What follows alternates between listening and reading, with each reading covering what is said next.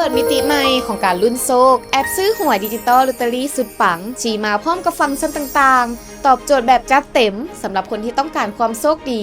ที่แอปอินซีฮับเพียงทานดาวน์โหลดก็รับทันทีเงินเฮงสำหรับยูเซอร์ใหม่สูงถึง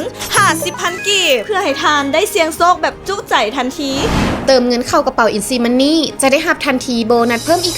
5% โอกาสพิเศษที่ทานโบควรพลาดเปิดโอกาสให้ทานรุ่นโชคอย่างคุ้มค่าทุกครั้งที่ทานซื้อหวยสำหรับผ่านอินซีมันนี่ทานจะได้รับส่วนลดหน้าบิน 10% และส่วนลดเป็นคะแนน 15% ทุกใบบินและสำหรับทานใดที่สำระผ่านธนาคารแมนมีส่วนลด2ทางเลือกให้ทานไม่ว่าจะเป็นเลือกลดหน้าบินทันที 10% หรือเลือกรับคะแนนสะสมได้รับสูงถึง 15% ของยอดใบบินบ่ว่าทานจะเลือกแบบใดก็มีแต่ได้กับได้พร้อมส่งต่อความคุ้มค่าทุกเวลาเพียงแนะนำหมู่ดาวน์โหลดแอปอินซีฮับทานจะได้รับรายได้สูงถึง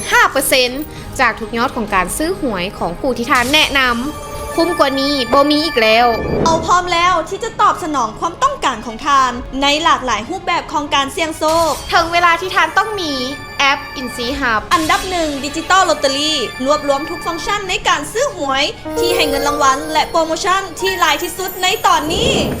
พวกเขาพร้อมแล้วที่จะพาทุกทางเข้าสู่โลกแห่งความร่ำรวยไปพร้อมๆกันกับแอป InSeeHub ซื้อง่ายได้แท้ปลอดภัยทันสมัยดาวน์โหลดเลยแอป InSeeHub